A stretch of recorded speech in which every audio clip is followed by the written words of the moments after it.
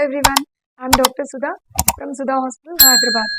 Let us know how to make your pregnancy more joyful than ever. That is journaling and pregnancy. So take a book and start with your first prenatal visit. How you felt when you met the doctor and what are your feelings? And your first ultrasound. This is really a great moment when you see your baby's tiny structure in the scan. And the next one, the first shopping for the baby. So I think all of you have done it.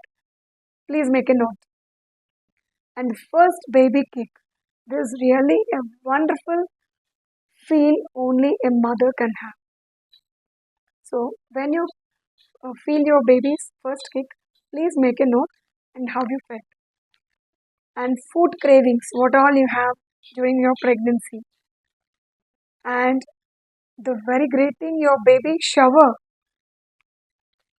And please make a note on your first trimester, what are the important points you felt, second trimester and third trimester, and finally the baby is born and your baby's first look.